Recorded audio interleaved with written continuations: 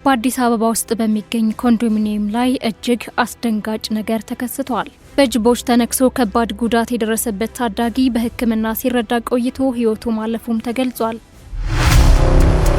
የዕለቱ ትኩስና ታማኝ መረጃዎች እንዲደርሳችሁ ቪዲዮውን ላይክና ሼር እንዲሁም ሞገር ቲቪን ሰብስክራይብ በማድረግ ይቀላቀሉን። በአዲስ አበባ በአዋሬ ኦቪድ ኮንዶሚኒየም ላይ የተከሰተ እጅግ አስደንጋጭ ነገር ብዙዎችን እያነጋገረ ይገኛል። ዛሬ ረፋድ 4 ሰዓት ገደማ በአዋሬ አካባቢ ኦቪድ በገነባው የጋራ መኖሪያ ህንፃ ላይ የመላው ሰፈር ነዋሪዎችን ዓይን ያፈጠጠ ልብን በእጅ የሚያስጨብጥ እጅግ አሳዛኝ አደጋ ተከስቶ ነበር። አንድ ህፃን ልጅ በምንና እንዴት በመስኮት እንደወጣ ባልታወቀ ሁኔታ በ7ኛው ፎቅ ላይ ተንጠልጥሎ ለበርካታ ደቂቃዎች በሞትና በህይወት መካከል ሆኖ ታይቷል። ታዲያ በስፍራው የነበሩ ነዋሪዎች ሁሉ በድንጋጤ ተውጠውና ተጨንቀው የህፃኑን መውደቅ ይጠባበቁ ነበር። ይሁን እንጂ የሰፈሩ ጀግና ወጣቶች ሁኔታውን በዝምታ ሊመለከቱት አልወደዱም። ቤቱ ተቆልፎ ስለነበር በሩን በኃይል ገንጥለው በመግባት ህፃኑ ሳይወድቅ በመተባበር በታምር ከሞት ሊያተርፉት ችለዋል። ዛሬ በአዲስ አበባ በአዋሬ ሰማይ ስር የታየው የፈጣሪ ታምርና የወጣቶች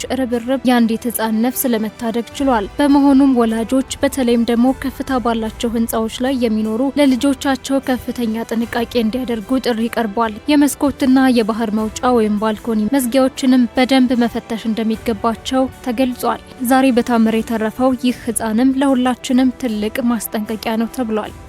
በጅቦች ተነክሶ ከባድ ጉዳት የደረሰበት ታዳጊ በሕክምና ሲረዳ ቆይቶ ሕይወቱ ማለፉ ተገልጿል። በማዕከላዊ ኢትዮጵያ ክልል ጉራጌ ዞን ሞሆር አክሊል ወረዳ በጅቦች ተነክሶ ከባድ ጉዳት የደረሰበት የ15 ዓመቱ ታዳጊ በአጣጥ ሆስፒታል በሕክምና ሲረዳ ቆይቶ በትላንትናው ዕለት ማለትም ታህሳስ 20 ቀን 2018 ዓ.ም ሕይወቱ ማለፉን የወረዳው ፖሊስ አስታውቋል። የ15 ዓመቱ ታዳጊ ፉአድ ናስር የ4ኛ ክፍል ተማሪ ሲሆን ከአንድ አብሮ አደግ ጓደኛው ጋር ለጥናት ወደ ወገራዋ አንደኛ ደረጃ ትምህርት ቤት እያቀኑ እያለ 3 ጅቦች ያባረሯቸዋል። በዚህ ጊዜ አብሮት የነበረው ጓደኛው ሩጦ ሲያመልጥ ተማሪ ፉአድ ናስር ደክሞት ወደ ኋላ በመቅረቱ 3 ጅቦች በታዳጊው የተለያዩ የሰውነት ክፍሎች በተለይም በአገጩ፣ ጭንቅላቱና በሌሎችም የሰውነት ክፍሎች ላይ ከፍተኛ ጉዳት እንዳደረሱበት ተገልጿል። በዚህም ታዳጊው ሕይወቱ ሳያልፍ ለሕክምና ወደ ሆስፒታል ተልኮ በሕክምና ሲረዳ ቆይቶ ሕይወቱ ማለፉን የማዕከላዊ ኢትዮጵያ ክልል ፖሊስ የሚዲያ ክፍል ኃላፊ ምክትል ኮማንደር ታጁ ነጋሽ ተናግረዋል። የወረዳው ፖሊስ ወደ አካባቢው በመሄድ ጉዳት ያደረሱትን ጅቦች በማሰስ አንደኛውን ጅብ መግደል መቻሉም ተገልጿል። ወላጆች ልጆቻቸውን ከቤት በሚወጡበትም ሆነ በሚልኩበት ሰዓት ቅድመ ጥንቃቄ ሊያደርጉ ይገባል ሲሉ ምክትል ኮማንደር ታጁ ነጋሽ አሳስበዋል።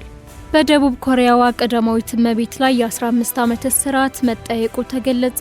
የፕሬዝዳንት ዩን ሱክ ዮል ባለቤት ኪም ኪዮን ሂ ውድ ስጦታዎችን በመቀበልና በመንግስት የሹመት ስራዎች ላይ ጣልቃ በመግባት በከባድ ወንጀል ተከሰዋል። ልዩ አቃቤ ሕጉ ሰኞ ዕለት በሰጡት መግለጫ ቀዳማዊት እመቤቷ የፕሬዝዳንቱን የትዳር አጋርነት ተገን በማድረግ በርካታ ጥፋቶችን ፈጽመዋል ብለዋል። ከነዚህም ውስጥ የጥቅም ግጭት ወይም ገንዘብና ውድ ቁሳቁሶችን በመቀበል ስልጣንን አላግባብ መጠቀም፣ የሹመት ጣልቃ ገብነት፣ በተለያዩ የመንግስት ሰራተኞች ሹመትና እጩዎች ምርጫ ላይ በቀጥታ ተሳትፎ ማድረግ እንዲሁም የተቋማት መዳከም ወይም በድርጊታቸው የደቡብ ኮሪያ ዲሞክራሲያዊ ተቋማት ላይ ጉዳት ማድረስ ሲሆኑ አቃቤ ሕጉ በቀዳማዊት እመቤት ላይ የ15 ዓመት ጽኑ እስራት እንዲፈረድባቸው ለፍርድ ቤት ጥያቄ አቅርበዋል። ኪም ኪዮን ሂ በበኩላቸው የቀረበባቸውን ክስ በሙሉ አስተባብለዋል። የጠበቆቻቸው ቡድንም የአቃቤ ሕጉን ግኝት በማጣጣል ምርመራው በፖለቲካዊ ስሜት የተመራ ሳይሆን በህጋዊ ማስረጃዎች ላይ ብቻ የተመሰረተ ሊሆን ይገባል፣ እውነቱ በፍርድ ቤት ይረጋገጣል ሲሉ ተናግረዋል።